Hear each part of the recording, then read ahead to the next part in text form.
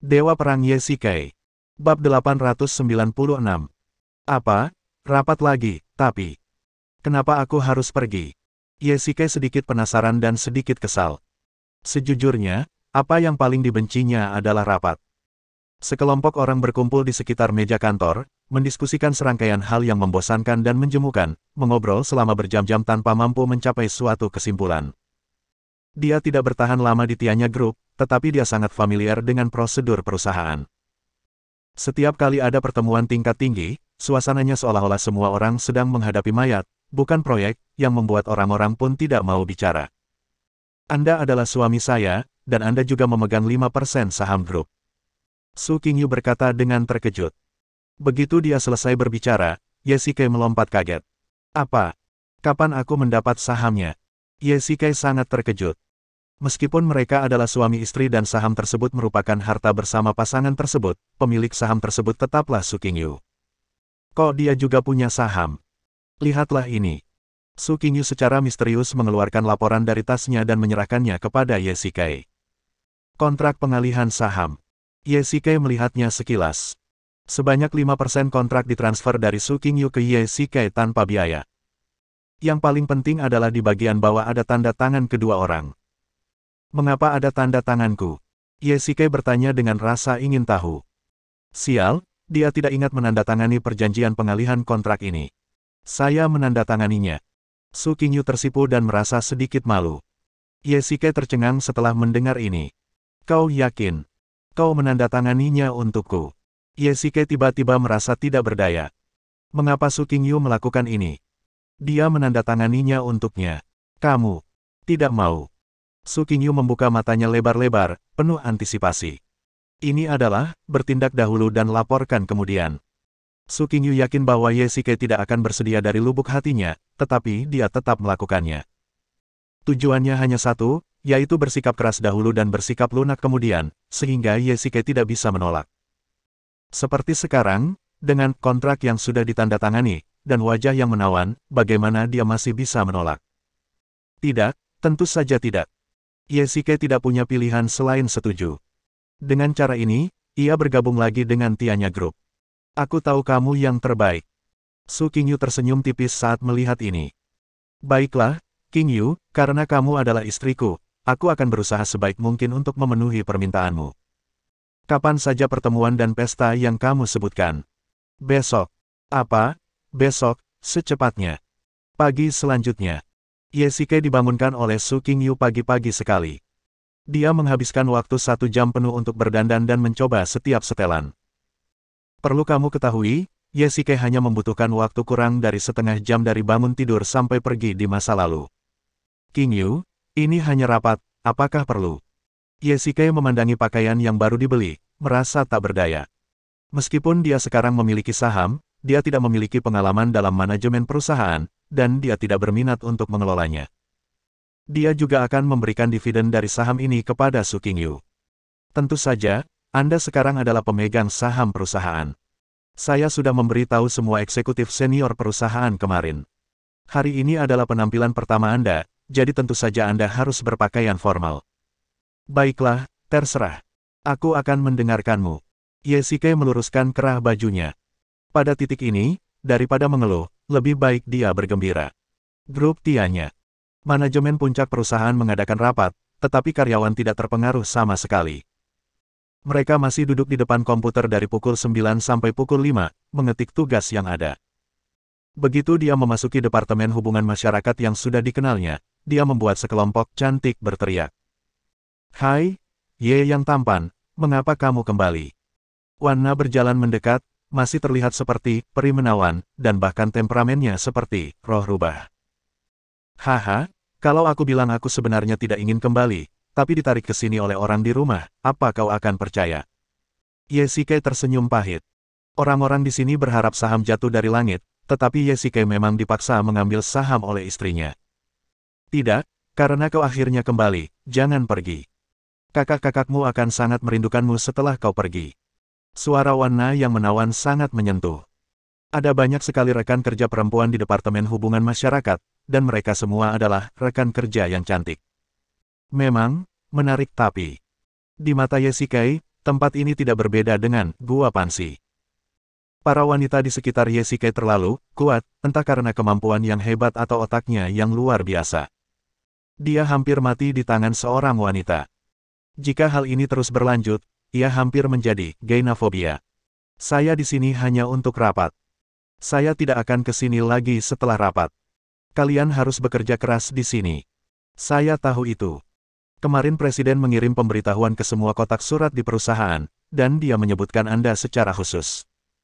Oh, saya tidak tahu apa yang sedang dilakukannya. Ye Shikai bergumam pelan. Ye Shikai berjalan mengelilingi perusahaan. Setelah pergi lebih dari sebulan, tampaknya ada banyak sekali perubahan. Ding Aling. Halo, King Yu, ada apa? Ye Shikai menekan tombol panggilan. Ini adalah panggilan Su King Yu, dan dia tidak berani menolaknya. Pertemuan akan segera dimulai. Di mana Anda sekarang? Oh, saya akan melihat-lihat sekeliling perusahaan dan akan segera bangun. Ye Shikai melihat arlojinya. Masih ada setengah jam sebelum rapat dimulai. Hanya butuh waktu paling lama 2 menit untuk naik lift ke ruang pertemuan di lantai paling atas. Ayo cepat dan bersiap. Su King Yu mendesak dengan cemas. Baiklah, aku akan datang sekarang. Ye Shikai berkata sambil berjalan menuju lift. Secara kebetulan, lift yang naik dari bawah hendak melewati lantai ini. Ding, pintu lift perlahan terbuka. King Yu, aku pikir kamu terlalu tidak sabaran. Hei, mengapa kamu tidak bicara? Ketika Ye Shikai melihat orang di dalam lift dengan jelas, dia tertegun sejenak. Untuk sesaat, dia bahkan lupa menjawab telepon. Hehe, Xiao Kai, sungguh kebetulan. Sekilas ekspresi terkejut terpancar di mata Chen Yuxin, tetapi dia segera kembali normal, mengulurkan tangan kanannya, dan memberi isyarat untuk berjabat tangan. Oh, kebetulan sekali, Xiao Xin, kamu juga di sini. Ye Shikai sebenarnya lupa memasuki lift terlebih dahulu. Baru ketika pintu lift mulai menutup barulah dia menyadarinya dan segera masuk. Sayang, kamu baik-baik saja. Suara di ujung telepon tidak keras, tetapi di dalam lift, tentu saja dapat terdengar dengan jelas, termasuk Chen Yuxin yang berdiri di sampingnya. Tidak apa-apa, aku di dalam lift. Tidak ada sinyal di dalam. Kita bicara nanti saja.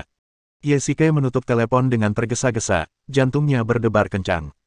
Dia benar-benar lupa bahwa Chen Yuxin juga salah satu pemegang saham Tianya, dan mereka kebetulan berada di lift yang sama. Bab 897. Tidak seperti sebelumnya, Chen Yuxin tidak membawa orang kepercayaannya Chen Ruoya, atau bahkan seorang sekretaris. Mungkin, dia tidak ingin terlalu banyak orang memperhatikan kedatangannya. Bagi keluarga Chen, grup Tianya sebenarnya hanyalah kue kecil. Chen Yuxin datang tetapi tidak ingin orang lain tahu, tetapi tanpa diduga dia bertemu Ye Shikai. Kedua orang di dalam lift tampak sedikit canggung, terutama Ye Shikai, yang bahkan tidak tahu di mana harus meletakkan tangannya. Terakhir kali mereka berhubungan intim secara fisik, hal itu selalu menjadi rintangan di hatinya. Dalam konsep keluarga tradisional, perilaku Ye Shikai dianggap curang. Mata Chen Yuxin berkedip sedikit, tetapi Ye Shikai tidak menyadarinya. Dia tidak punya keberanian untuk menatap wanita cantik di depannya, dan tatapannya hampir tertuju pada tampilan lift. Aku tidak menyangka kau akan datang juga. Entah mengapa Ye Shikai merasa liftnya sangat lambat hari ini. Mungkin itu efek psikologis. Momen-momen canggung selalu terasa sangat lama. Pada akhirnya, Ye Shikai masih mengatakan kalimat pertama. Ya, Nona Su mengundang saya untuk menghadiri rapat pemegang saham, jadi tentu saja saya harus datang. Begitukah? Bagus, bagus sekali. Ye Shikai bergumam tanpa sadar. Di depan Chen Yuxin, dia tidak bisa menyebutkan Su King Yu, pernikahan dan kata-kata sensitif lainnya, tetapi dia merasa ironisnya bahwa dia sepertinya tidak punya topik untuk dibicarakan. Keduanya belum bertemu sejak mereka lulus SMA. Tak seorang pun dari mereka yang tahu tentang peristiwa-peristiwa besar yang telah terjadi dalam beberapa tahun terakhir. Dengan kata lain, ada banyak hal yang tidak dipahami oleh keduanya, jadi wajar saja jika hanya ada sedikit topik yang bisa dibicarakan. Mereka tidak bisa hanya mengobrol tentang hal-hal yang terjadi di sekolah menengah. Xiao Xin, rapat hari ini sebenarnya sangat membosankan dan tidak informatif. Kamu punya banyak hal yang harus dilakukan di grup Chen. Bagaimana kalau aku bicara dengan King Yu tentang hal itu? Kata Ye Shikai. Dia hanya tidak ingin menghadiri pertemuan itu. Dia tidak begitu mengerti mengapa orang sibuk seperti Chen Yuxin bersedia menghadiri rapat tersebut. Dia hanya memiliki 3% saham Tianya Group, dengan nilai pasar lebih dari 100 juta. Bagi seseorang dengan status seperti dia, itu terlalu sedikit. Tidak perlu. Karena King Yu mengundangku, aku juga bisa datang. Lagi pula, aku sudah hampir sampai. Kau tidak bisa membiarkanku pergi sekarang. Chen Yuxin tersenyum tipis, dan Ye Shikai pun terpaksa tersenyum canggung. Menggigit. Pada saat ini, pintu lift perlahan terbuka dan mereka tiba di lantai atas. Masih ada setengah jam sebelum rapat dimulai, dan para pemegang saham belum datang. Hanya beberapa eksekutif seperti Su Qingyu dan An Lan yang tiba lebih dulu.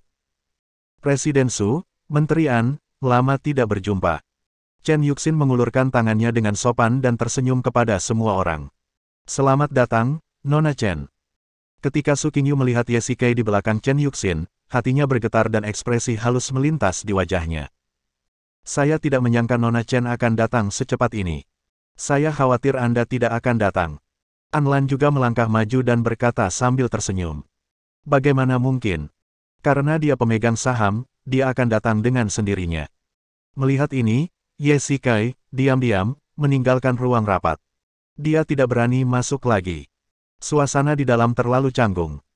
Mungkin tidak akan begitu kaku jika berbicara mengenai situasi bisnis. Hei, apa yang kamu lakukan di sini secara diam-diam? Pada saat ini, suara dingin terdengar di belakangnya. Ketika dia berbalik, itu adalah Zhuang Yan. Tidak. Ye Shikai berkata dengan canggung. Posturnya saat ini tampak seperti seorang pengamat, memata-matai apa yang terjadi di ruang konferensi. Ngomong-ngomong, Sekretaris Zhuang, Anda datang di waktu yang tepat. Tolong bantu saya. Ye Shikai berkata dengan penuh semangat, seolah-olah dia tiba-tiba teringat sesuatu dan seolah-olah dia telah melihat seorang penyelamat. Apa itu? Aku sedang tidak enak badan sekarang, tapi King Yu sedang mengobrol dengan para pemegang saham di sana, jadi aku tidak ingin mengganggunya. Bisakah kau membantuku menyampaikan pesannya nanti? Ye Shikai berkata lembut, seolah dia khawatir orang di dalam akan mendengarnya. Dia sengaja merendahkan suaranya dan berjalan menuju lift sambil berbicara. Berhenti. Tiba-tiba, Zhuang Yan meraih lengan Ye Shikai dan menariknya. Tunggu sebentar. Zhuang Yan berkata dengan marah. Bibi, apakah ada hal lain yang ingin kau katakan? Cepat katakan padaku. Kamu Shikai tidak berdaya.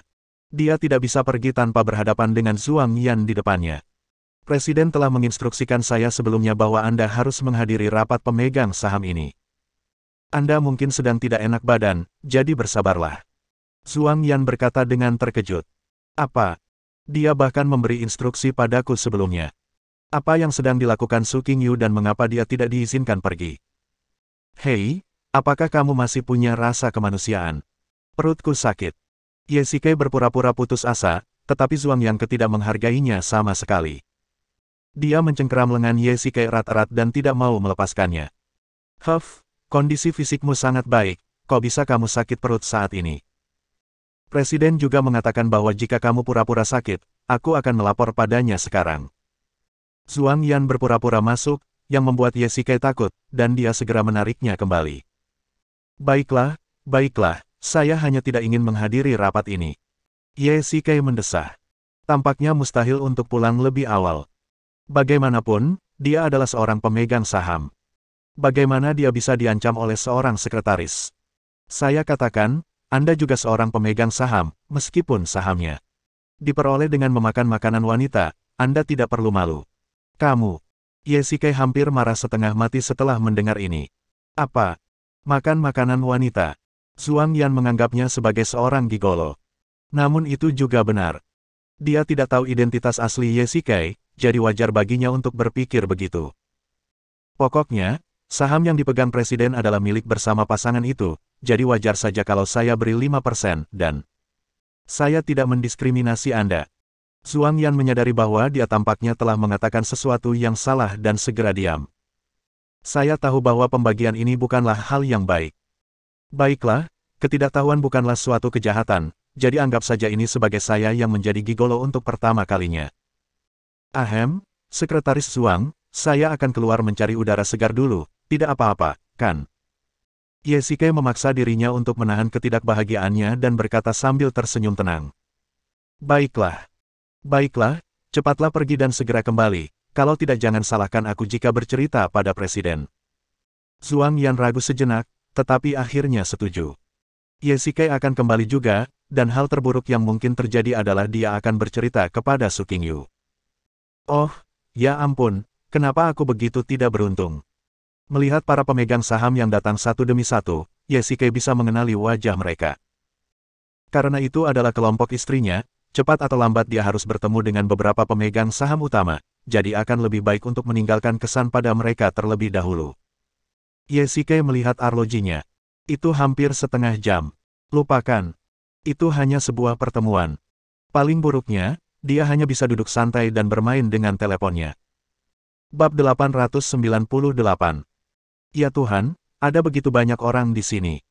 Saat membuka pintu kantor, sekilas, seluruh ruangan penuh dengan orang, pria dan wanita berpakaian formal. Mereka semua adalah pemegang saham Tianya Group. Ye Shikai mendengar dari Su Qingyu bahwa ketika Tianya Group tidak besar, pemegang sahamnya tidak banyak. Banyak pemegang saham di sini dipilih karena potensinya. Dalam sekejap mata, Chen Yuxin sudah duduk di samping, dan para pemegang saham, besar dan kecil, di sampingnya sesekali memandangnya. Dari tempat duduk setiap orang, Anda dapat mengetahui sesuatu. Orang yang duduk di tengah tentu saja Su Qingyu, dan Chen Yuxin duduk di sebelah kanan, tepat di sebelah Su Qingyu di tengah. Meskipun saham Chen Yuxin tidak berada di posisi kedua, kekuatannya sendiri terlalu kuat. Sebagai kepala keluarga Chen dan ketua grup Chen, dia adalah orang penting. Para pemegang saham yang melihatnya mungkin ingin menjilatnya, lagi pula, dia adalah tokoh setingkat Big Mac, tetapi melihat Chen Yuxin sedang melihat dokumen di depannya dengan serius, mereka tidak berani mengambil inisiatif untuk melangkah maju untuk mengganggunya, karena takut memengaruhi kepentingannya dan memperburuk keadaan. Temperamen Chen Yuxin mungkin tampak agak tidak pada tempatnya. Duduk di sisi lain Su Qingyu adalah Anlan. Kedua gadis itu adalah sahabat, dan Anlan juga merupakan pembantu baik Su Qingyu. Tidak ada yang salah dengan dia duduk dalam posisi ini. Ye Shikai melihat sekeliling dan sepertinya tidak ada kursi kosong. Ini sungguh memalukan. Su Qingyu sedang berbicara dengan para pemegang saham. Lagi pula, bagaimana mungkin masalah sekecil itu bisa membuatnya bingung? Berjalan sampai akhir, Ye Shikai akhirnya menemukan kursi kosong. Itu adalah tempat duduk di sudut, sangat terpencil. Di awal, tempat duduknya juga sangat khusus. Semakin penting orang tersebut, semakin besar kemungkinan ia akan duduk di tempat yang paling terlihat, yaitu sudut. Itulah peran seorang pengamat. Faktanya, pada titik tertentu, Ye Shikai lebih menyukai kursi di belakang. Orang yang duduk di depan hanya dapat melihat apa yang ada di depannya, sedangkan orang yang duduk di belakang dapat, diam-diam, memperhatikan gerakan dan ekspresi setiap orang, mengamati situasi secara keseluruhan tanpa mengeluarkan suara apapun. Pada pukul 10, Su Qingyu perlahan mengangkat kepalanya dan melirik semua orang. Matanya dingin dan tajam, dan dia kembali ke penampilannya sebagai seorang presiden yang dingin. Ye Shikai tiba-tiba bertanya-tanya apakah Su Qingyu akan merasa lelah berganti-ganti antara dua wajah ini setiap hari. Karena semua orang sudah ada di sini, mari kita mulai rapatnya. Su Qing berkata dengan suara dingin. Semua orang melihat dokumen di atas meja di depan mereka. Ini adalah kemajuan utama perusahaan dan beberapa rinciannya selama setahun terakhir. Selama setahun terakhir, hal tersukses bagi Tianya Group ada 3 hal. Pertama, dengan bantuan keuangan terselubung dari Istana Hades, nilai pasar kelompok tersebut menjadi 2 kali lipat. Kedua, kerjasama yang dicapai dengan keluarga Wu di Gangcheng. Adapun yang ketiga, adalah kepemilikan saham di Chen Group. Faktanya, Luo Shiki adalah konsultan Tianya Group, tetapi dia menyetujuinya saat itu terutama karena dia sedang membantu negosiasi dengan keluarga Wu di Gangcheng. Posisi Luo Shiki sebagai konsultan lebih seperti simbol. Tahun ini, kinerja perusahaan telah mencapai terobosan besar, yang tidak terlepas dari kontribusi Anda. Tentu saja masih ada beberapa masalah, seperti pertemuan itu seperti pidato pengibaran bendera kepala sekolah di sekolah, sangat membosankan dan mengantuk. Ye Shikai tidak peduli dengan semua itu. Dia tidak memiliki banyak aturan. Namun, demi wajah Su Qingyu, dia memaksa dirinya untuk mendengarkan. Alih-alih tidur di meja, ia mengambil teleponnya dan mulai bermain game. Jadi, apakah ada hal lain yang ingin kamu katakan? 2 jam kemudian, Su Qingyu mengangkat kepalanya dan berkata dengan ringan. Ye Shikai sangat mengagumi mereka. Orang-orang ini tampaknya berusia 40-an atau 50-an. Setelah mendengarkan ceramah selama 2 jam, bukankah mereka lelah sama sekali? Presiden, saya punya sesuatu untuk dikatakan. Pada saat ini, seorang pria botak berdiri, menatap semua orang dan berkata, Tuan Song, apakah ada yang ingin Anda katakan? Su Qingyu melihatnya dan ekspresinya tiba-tiba berubah 3 poin lebih dingin. Presiden Su, meskipun saya orang luar dan tidak seharusnya ikut campur dalam urusan keluarga Anda, masalah ini sudah melibatkan manajemen senior perusahaan dan kepentingan semua orang di sini. Saya, Song Kai, telah memutuskan untuk mengatakan sesuatu. Pria bernama Song Kai berkata dengan dingin, matanya perlahan tertuju pada Ye Shikai di sudut. Tuan Song, katakan saja apapun yang ingin Anda katakan. Wajah Su Qingyu sedikit serius. Hanya dengan sekali pandang, dia sudah bisa menebak niat Song Kai. Tidak semua eksekutif senior perusahaan memiliki pola pikir yang sama dengan Su Qingyu. Sebaliknya, mereka adalah oposisi. Dalam kelompok manapun, akan ada perselisihan seperti itu di antara para eksekutif senior. Saya dengar Presiden Su memberikan 5% saham kepada suami Anda, benarkah? Tentu saja, saya sudah mengirim pesan tentang masalah ini dan memberitahu semua orang. Su Qingyu berkata dengan ringan, kenapa, apa yang ingin kamu katakan?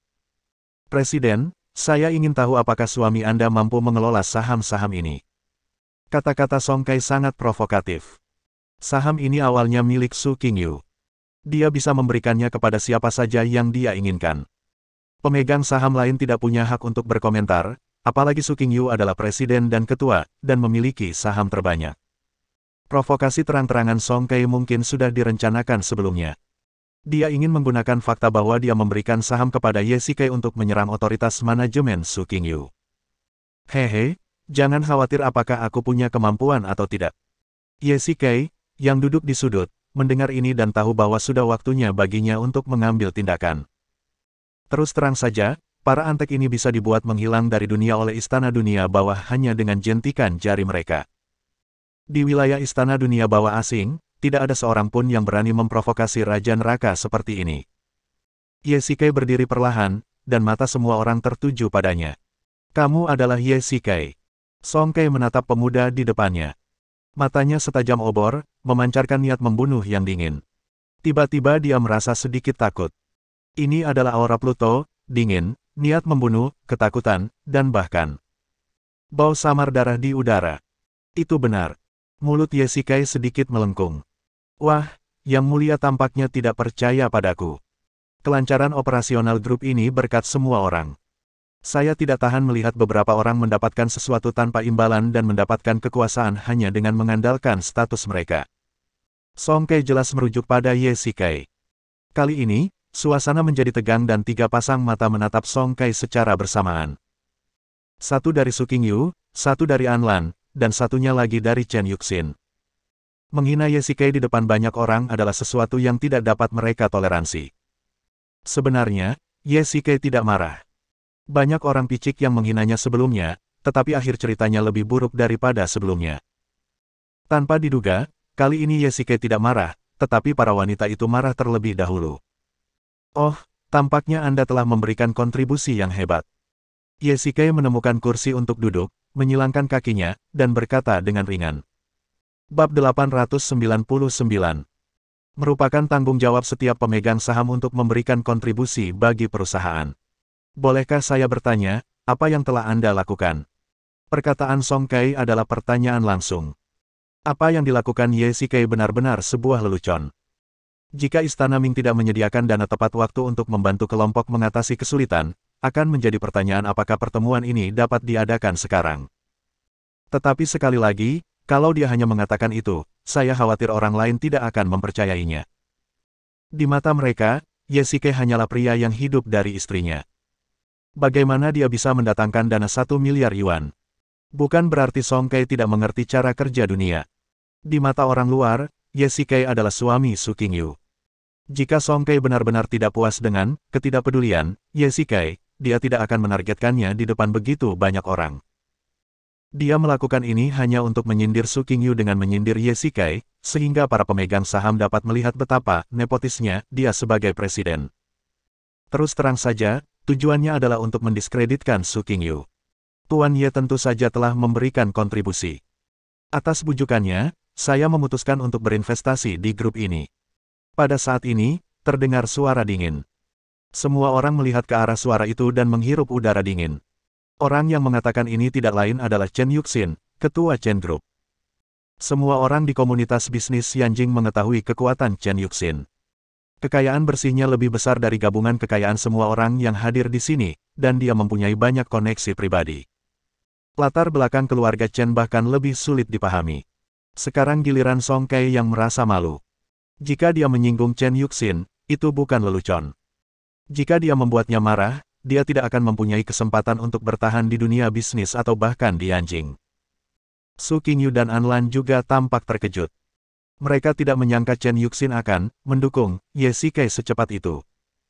Namun, Su Qingyu segera mengerti. Bagaimanapun, mereka berdua memiliki hubungan istimewa dan merupakan kekasih masa kecil. Sekarang Ye Shikai sedang diejek, tentu saja dia akan membelanya. Namun, ini membuat Su Qingyu merasa sedikit tidak nyaman. Ye Shikai adalah suaminya, dan jika ada yang ingin membelanya, dialah orangnya. Bahkan Ye Shikai sedikit terkejut. Dia tidak menyangka Chen Yuxin akan melawan secepat itu. Namun, dia juga merasa hangat di hatinya dan tersenyum pada Chen Yuxin. Selama 2 menit penuh, tidak seorang pun berani berbicara. Mereka tidak menyangka kata-kata Chen Yuxin begitu berbobot. Yang lain mungkin masih bertanya-tanya apa alasan yang membuat Chen Yuxin bersedia berbicara mewakili orang seperti itu. Pada saat ini, orang yang paling malu adalah Song Kai. Sebelumnya dia telah mengincar Ye Shikai, tetapi sekarang, Chen Yuxin berdiri di pihak Ye Shikai, yang membuatnya terpecah belah. Kalau dia berhenti mengejek, itu sama saja dengan mengakui di depan semua pemegang saham bahwa dia seorang pengecut, dan itu akan semakin menunjukkan bahwa moralitas dan kebenaran yang baru saja dia tunjukkan semuanya palsu. Tetapi jika dia terus menargetkannya, dia akan melawan Chen Yuxin, yang akan menjadi keputusan yang lebih bodoh. Ketika Song Kai mengetahui berita mengenai keikutsertaan Chen Yuxin di perusahaan beberapa hari yang lalu, dia diam-diam merasa gembira. Menurutnya, tujuan Chen Yuxin melakukan hal itu kemungkinan besar adalah untuk perlahan-lahan menelan Tianya Group, dan dia sudah lama ingin menggantikan Su Qingyu. Dengan cara ini, kedatangan Chen Yuxin memberikan kemungkinan bagi idenya. Tetapi sekarang, Chen Yuxin tidak memiliki kecenderungan sedikit pun untuk menghadapi Su Qingyu. Sebaliknya, dia melindungi Ye Shikai di mana-mana, yang mematahkan ide Song Kai sebelumnya. Saya tidak menyangka bahwa partisipasi Nona Chen dalam saham itu sebenarnya berkat usaha Tuan Ye. Sepertinya saya salah. Pada akhirnya, Song Kai memilih untuk mundur. Kekuatan Chen Yuxin jauh melampaui imajinasi semua orang. Tiba-tiba, pandangan semua orang tampak berubah, seolah-olah itu adalah ejekan terhadap Song Kai sebagai badut. Memang tadi dia begitu keras kepala, tetapi dia menyerah karena satu kalimat. Bagaimana mungkin dia tidak diolok-olok? Tentu saja, ada lebih dari satu orang yang ingin menentang Su Qingyu, tetapi setelah melihat pengalaman khusus Song Kai, mereka segera tidak berani mengambil tindakan apapun dan hanya bisa duduk dan mendengarkan laporan. Tanpa diduga, kata-kata lembut Chen Yuxin benar-benar mengejutkan seluruh ruang konferensi. Hasilnya, seluruh rapat pelaporan berjalan lancar tanpa kendala. Ye Shikai kembali ke sudut, tetapi tidak seperti sebelumnya ketika tidak ada yang peduli padanya. Dia sekarang menjadi orang yang sangat populer dan menghabiskan hampir seluruh pertemuan mengobrol dengan orang-orang di sebelahnya. Jam 3 sore. Begitu pertemuan selesai, Song Kai segera pergi. Selama pertemuan itu, dia merasa sangat malu dan hampir merasa seperti sedang duduk di atas peniti dan jarum. Dia ingin pulang lebih awal, tetapi dia tidak berani. Jika dia tetap tinggal di sini, dia akan merasa dipandang rendah oleh banyak orang. Xiao Xin, terima kasih banyak untuk pertemuan tadi. Perkataan Chen Yuxin menyelamatkan banyak masalah. Tentu saja Ye Shikai harus datang untuk mengucapkan terima kasih padanya. Dia tidak pernah mengatakan apapun tentang partisipasi Chen Yuxin dalam saham tersebut. Apa yang dikatakannya tadi sebenarnya bohong. Tidak apa-apa, hanya sedikit bantuan. Chen Yuxin tersenyum tipis, tampak puas. Nona Chen, terima kasih banyak atas apa yang Anda lakukan tadi. Pada saat ini, Su Qingyu juga berjalan mendekat dan secara tidak sengaja menghalangi Ye Shikai dengan tubuhnya. Tentu saja, dia berterima kasih kepada Chen Yuxin karena telah menyelamatkan situasi, tetapi dia tidak merasa begitu nyaman dalam hatinya. Chen Yuxin melindungi kekasihnya, dan dia punya firasat aneh. Tentu saja, dia awalnya berencana untuk melakukan perang kata-kata dengan Song Kai, tetapi jika dia mengambil inisiatif untuk membela Ye Shikai, efeknya pasti tidak akan sebaik Chen Yuxin. Tidak ada apa-apa. Ngomong-ngomong, akan ada pesta di kantor malam ini. Nona Chen, silakan ikut. Kata Su Qingying. Tentu. Anda tampak sangat gembira saat rapat tadi. Di kantor presiden, ketidakbahagiaan Su Qingyu akhirnya muncul, dan dia mengeluh kepada Ye Shikai yang sedang duduk di sofa sambil minum kopi panas. Maksudmu Xiao Xin? Ye Shikai awalnya tertegun, tetapi akhirnya mengerti apa yang membuat Su Qingyu tidak senang. Tak heran mukanya menjadi tegang sejak rapat baru saja berakhir. Ye Shikai mengira Song Kai telah melakukan sesuatu di belakangnya untuk membuat Su Qingyu tidak senang. Kamu memanggilku dengan penuh kasih sayang. Setelah mendengar ini, Su Qingyu menjadi marah dan bertingkah seperti wanita kecil yang pencemburu. Oh, maaf, aku biasa memanggilmu seperti itu. Setelah Ye Shikai mengatakan ini, Su Qingyu menjadi semakin marah. Tentu saja, dia adalah wanita yang bangga dan tidak pernah khawatir suaminya akan jatuh cinta pada orang lain karena dia memiliki kepercayaan diri yang cukup. Namun, dibandingkan dengan Chen Yuxin, Su Qingyu masih merasa sedikit tidak nyaman. Baik dari segi penampilan maupun kemampuan, kedua wanita itu adalah putri surga yang berbakat. Apalagi Ye Shikai dan Chen Yuxin sudah saling mengenal sejak kecil dan memiliki hubungan khusus. Akibatnya, ketika Su Qingyu berhadapan dengan Chen Yuxin dan Ye Shikai, dia merasakan sedikit panik di hatinya. Bab 900. Su Qingyu tidak pernah begitu khawatir tentang untung dan rugi seperti sekarang. Memang, dia lebih baik daripada lebih dari 99% wanita, tetapi ini juga berarti lawannya juga sama baiknya. Chen Yuxin adalah orang seperti itu. Setelah belajar di luar negeri selama beberapa tahun, dia menjadi kepala keluarga tidak lama setelah kembali ke Yanjing, dan dengan giat memperluas pengaruh keluarga Chen di Yanjing. Su Qingyu dapat merasakan ambisi di hati Chen Yuxin dan hubungannya yang tidak biasa dengan Ye Shikai. Qingyu, kita sudah menikah, jadi jangan terlalu banyak berpikir. Ye Shikai membujuk dengan lembut. Dia tidak berani membuat sumpah yang lebih berat kepada Su Qingyu, mungkin karena dia merasa bersalah. Baru seminggu yang lalu, dia dan Chen Yuxin berhubungan seks untuk pertama kalinya, tetapi setelah itu, dia sangat menyesalinya.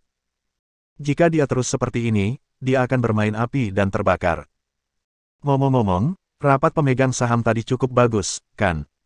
Ye Shikai mengganti topik pembicaraan, dan alis Su Qingyu sedikit mengendur. Kecuali gangguan Song Kai, semuanya berjalan relatif lancar. Secara umum, tidak ada masalah. Su Qingyu mengangguk, dan sebagian alasannya adalah kata-kata lurus Chen Yuxin. Bagus sekali. Ngomong-ngomong, kenapa kamu memaksaku menghadiri rapat ini? Ye Shikai sedang duduk di sofa dan tiba-tiba bertanya dengan rasa ingin tahu. Saran Su Qingyu bukanlah perintah, dan dia bahkan membiarkan Zhuang Yan menariknya. Tentu saja, aku ingin kamu bertemu dengan para pemegang saham. Oh, aku mengerti. Kamu tidak akan merasa gugup saat suamimu ada di dekatmu. Ye Shikai berkata dengan bercanda. Su Qingyu memukulnya dengan marah. Menurutku, ini tidak mudah untukmu, Qingyu. Kenapa kamu tidak pensiun saja? Aku akan mendukungmu dan kita bisa keluar dan bersenang-senang. Saya tidak ingin memasuki usia tua secepat ini. Sungguh membosankan duduk di sofa setiap hari. Su Qingyu melambaikan tangannya untuk menolak. Itu benar. Jika dia termasuk orang yang mendambakan kehidupan nyaman, dia tidak akan mewarisi dan mengembangkan Tianya Group, melainkan akan tidur dengan uang yang tidak akan pernah bisa dibelanjakan seumur hidupnya. Tanpa perjuangan, hidup tak ada artinya. Haha, oke deh. Kalau suatu hari kamu nggak bisa lagi ngerjain tugas, aku akan ajak kamu ke sana lagi. Ye Shikai memeluk Su Qingyu. Pintu kantor terkunci, jadi tidak perlu khawatir ada orang yang datang saat ini. Bagaimana persiapan pestanya? Lan-Lan yang bertanggung jawab atas masalah ini, tidak akan ada masalah. Su Qing berkata dengan tenang. Aku akan pulang dan berganti pakaian nanti, dan kamu bisa pergi ke aula pesta terlebih dahulu. Tidak perlu. Aku membawa beberapa pakaian untukmu. Kau bisa berganti pakaian di ruang tamu nanti. Su Qingyu menunjuk ke ruang tunggu di kantor. Dia dan An-Lan sering bekerja lembur. Untuk memudahkan bekerja dan beristirahat, dia hanya menyuruh seseorang menyiapkan longe di belakang kantor, yang mempunyai kamar tidur dan kamar mandi. Pesta ini benar-benar membuat mata Ye Shikai berbinar. Aula, yang menempati seluruh lantai, diubah oleh Anlan menjadi gaya bar, dengan lantai dansa di tengah, bilik-bilik di samping, panggung tinggi, dan banyak meja yang tersebar. Pesta ini dihadiri tidak hanya oleh pemegang saham tetapi juga oleh karyawan dari semua ukuran. Menurut Anlan, karena ini adalah pesta perusahaan, seharusnya pestanya dibuat lebih santai agar para karyawan muda bisa menghilangkan stres. Su Qingyu sangat setuju. Pesta sosial yang lalu terlalu membosankan, dan tidak ada karyawan, hanya pemegang saham, yang membuatnya semakin membosankan. Ayo, lempar dadunya. Ye Shikai menemukan stan secara acak, dan rekan wanita dari Departemen Hubungan Masyarakat duduk di sebelahnya. Mereka tampaknya benar-benar memperlakukan tempat ini sebagai bar. Mereka mengganti pakaian all mereka yang konservatif dan terkendali dan memperlihatkan sisi menggoda mereka. Ye Shikai tidak sering pergi ke bar, dan dia tidak pandai memainkan permainan meja ini. Dia minum puluhan gelas hanya dalam 20 menit.